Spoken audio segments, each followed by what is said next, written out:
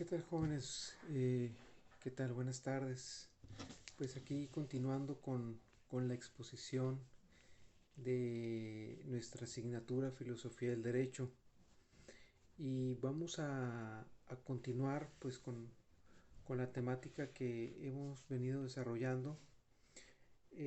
Ya vimos, pues hicimos una pequeña reseña de este cambio, y vamos a hacer el día de hoy pues una breve recapitulación de lo que hemos visto. Pues vimos la Edad Media, predominó un pensamiento objetivo, donde se hablaba de un derecho natural objetivo. Se habló de la modernidad, que es un pensamiento subjetivo, lo opuesto a lo objetivo y lo subjetivo, que habla de un derecho natural racional. Racional es decir, un derecho natural que eh, intelectual, o sea, que no se capta el derecho natural racional, pues son especulaciones mentales, ¿verdad? Es especulación mental, que deducciones lógicas, intelectuales, que uno dice, bueno, el hombre es libre por naturaleza, y pues cómo lo deduces, lo deduces mentalmente, ¿no? Es una deducción mental. Y cuando se habla del derecho natural objetivo, que es el derecho que predominó en la Edad Media, pues es objetivo porque lo, te lo decía la realidad. Es decir, la realidad te hablaba, te daba información, ¿sí? Y les ponía el ejemplo del docente, y así puedes ver muchos ejemplos, ¿no? El conductor sabe que debe de conducir a una velocidad moderada. ¿Por qué? Porque se lo dice la conducción, el hecho de la conducción. O el estudiante, el estudiante, o, o el docente, sabemos cuáles son lo justo, porque no lo dice la realidad.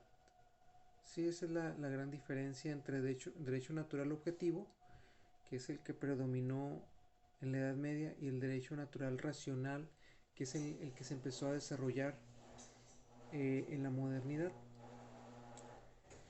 En la modernidad pues fue un pensamiento racional, es el racionalismo, es la especulación, y desde este racionalismo, esta especulación, se empieza a hablar de libertad, es decir, el individuo es libre. Sí, se empieza a especular, se empieza a decir que el hombre en un estado primigenio de la naturaleza, pues no estaba sometido a ninguna ley, a ninguna autoridad, y vivía libre. Eso es derecho natural racional, ¿verdad? Y vimos algunos autores, vimos a Fernando Vázquez de Menchaca, que empieza a hablar precisamente de esta libertad natural, y lo opone al poder político, que no es natural, sino es artificial. Eh, Hablamos también de la escolástica tardía española, o también se le conoce como segunda escolástica. ¿Por qué se le conoce como segunda escolástica o escolástica tardía española? Porque en la época medieval pues hubo una primera escolástica, de la que pertenece Santo Tomás de Aquino. Y escolástica pues por la escuela, ¿no? En la época medieval fue la época en la que se empezaron a desarrollar, empiezan a surgir las primeras universidades en Europa. Sí, la Universidad de París, la Universidad de Salamanca, la Universidad de Oxford, Entonces, la primera escolástica fue en la época medieval. La escolástica tardía española o segunda escolástica pues ya surge posteriormente en España con esos pensadores que hemos estado abordando, como Francisco de Vitoria. Con Francisco de Vitoria, su aportación en el mundo jurídico pues empieza a distinguir lo malo y lo bueno, la maldad y la bondad de la conducta está en el acto mismo. Ya no hay intención, no se busca la intención, sino este acto por sí mismo es malo y se deberá de castigar.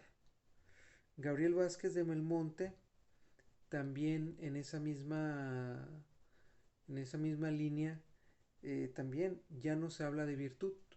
Y esto porque en la Edad Media sí se hablaba de virtud, de las virtudes, ¿sí?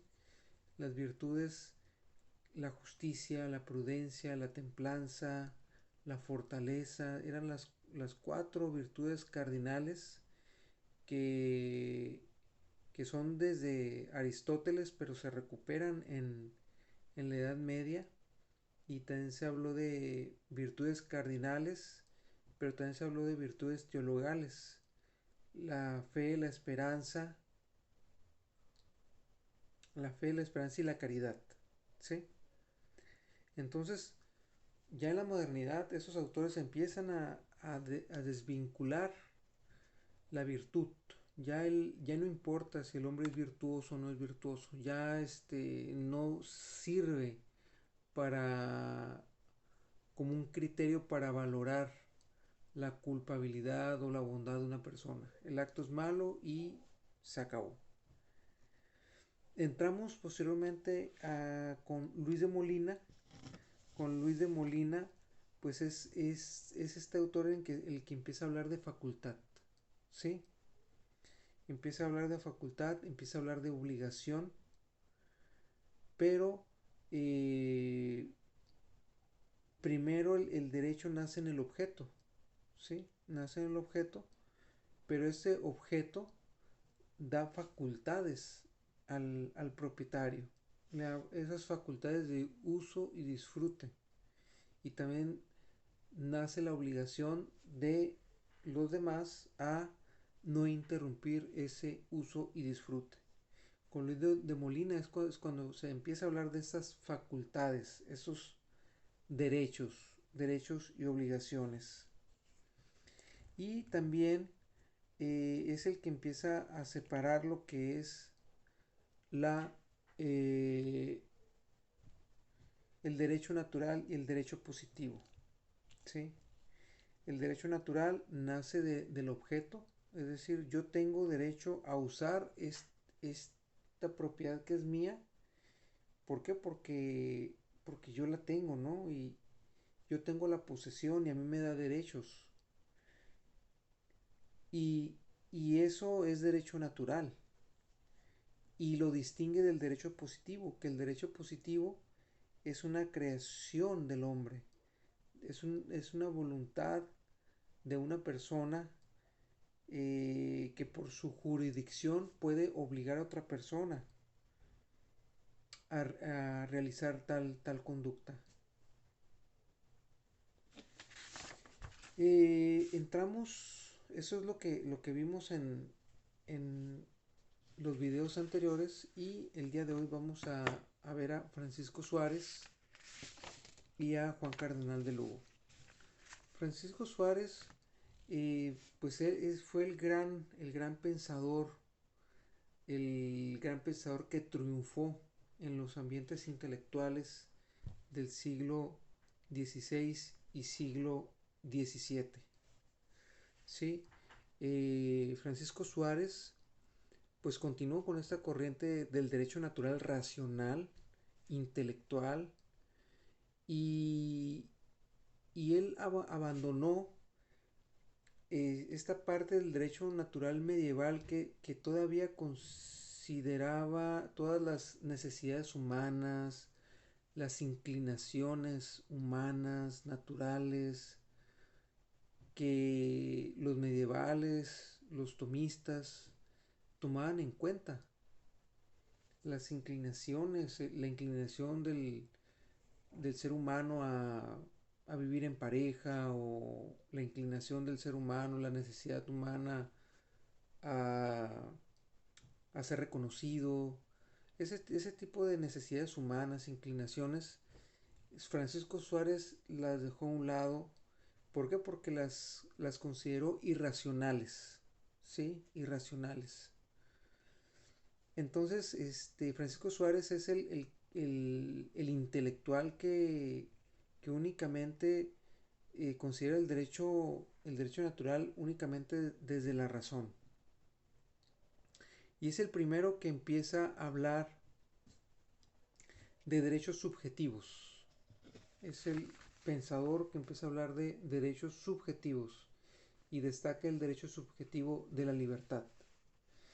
Y la libertad en Francisco Suárez se debe de entender como la libertad de ejercer, de libertad de ejercicio, en el cual no hay que rendirle cuentas a nadie. Una libertad entendida como todo lo que no está prohibido está permitido. Esta libertad que así la empezó a exponer y a pensar Francisco Suárez.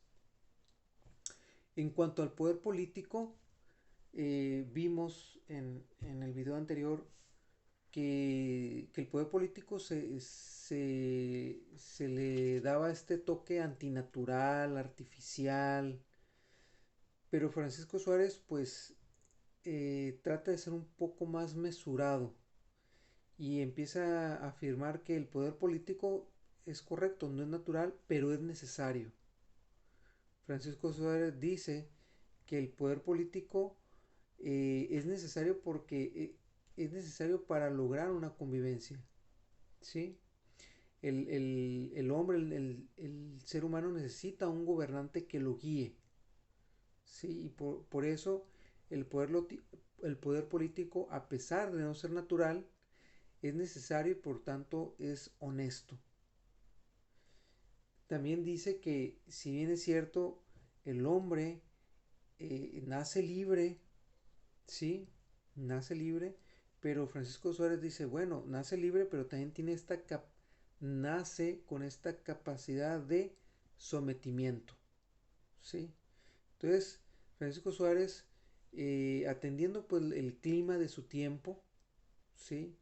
Empieza a ser un poco más mesurado y no desdeña o no pone de una forma tan negativa el poder político. Lo ve como algo honesto. Y es aquí cuando empieza a hablar de democracia. Francisco Suárez empieza a decir que la democracia es la única forma política adecuada al derecho natural. ¿Por qué? Porque la democracia es donde todos somos iguales. Y por naturaleza, dice Francisco Suárez, todos somos iguales y por lo tanto la única forma de gobierno adecuada al ser humano es la democracia. No la monarquía, no la aristocracia, sino la democracia. También Francisco Suárez, su gran aportación al pensamiento jurídico fue la libertad de conciencia. Para él, las leyes humanas no pueden prohibir actos morales internos, es decir, lo que hay en nuestra conciencia. Las leyes humanas no pueden intervenir en nuestra conciencia. Y aquí Francisco Suárez dice, bueno, es que la finalidad de la sociedad política no es elevarnos sobre la condición humana. ¿Sí? Las leyes humanas buscan pues que haya orden, que haya paz, pero las leyes humanas no tienen una pretensión de querernos buscar la salvación eterna. Eso ya es tema pues del derecho canónico, del derecho relacionado con la fe religiosa. Entonces, Francisco Suárez fue un gran innovador en su época al afirmar esto, libertad de conciencia. Imagínense en esa época, siglo XVII, siglo XVI, finales del siglo XVI, siglo XVII, donde pues la iglesia tenía un gran poder. Entonces, las leyes humanas tienen que tener un objetivo y únicamente deben de buscar la paz exterior y la justicia humana. Por otra parte, y con este autor finalizamos la escolástica tardía o la segunda escolástica con Juan Cardenal de Lugo. Para este pensador, el derecho siempre debe de pensarse en relación a las cosas y es el que empieza a decir que por la misma dignidad humana, por la nobleza humana, no es lícito que una persona se ponga a disposición de otra como si fuera un objeto. Por lo tanto, el derecho siempre debe estar referenciado y debe de tender siempre al provecho de las cosas por su titular. Juan Cardenal de Lugo fue el gran defensor de la propiedad privada, que así como en su época él también afirma que la propiedad privada pues no era propiamente ordenada por el derecho natural, pero Juan Cardenal de Lugo dice que la propiedad privada es necesaria para el mantenimiento de la paz. Es decir, la propiedad es necesaria para alcanzar el orden y la paz social. Esos fueron el gran aporte de este pensador. Y con él concluimos la escolástica tardía española. Y vamos a posteriormente a ver a un gran pensador jurídico que es Samuel Pufendorf. Y vamos a abordar también lo que fue el iluminismo. El iluminismo, vamos a ver a Juan Jacobo Rousseau y a Emmanuel Kant para concluir esta época de la modernidad. Les agradezco su atención y nos vemos en clase y también aquí en el siguiente video. Muchas gracias.